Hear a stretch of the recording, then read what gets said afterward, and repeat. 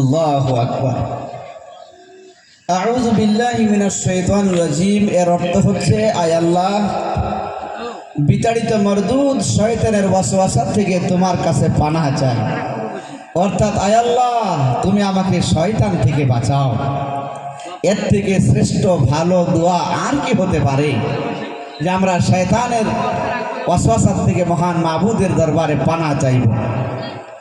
বন্ধুগণ, আজকে আমরা আমাদের সকলের চরম শত্রু, আমাদের সকলের চরম শত্রু কে আপনারা জানেন?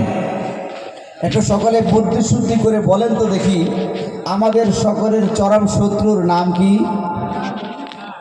একটু জোরে সোরে বলতে হবে, নাম কি? যারা বললেন না তারা একটু জোরে সোরে বলেন, শত্রুর নাম কি? এই দিকের থেকে আওয়াজটা পাইনি, একটু জোরে বলেন, নাম কি?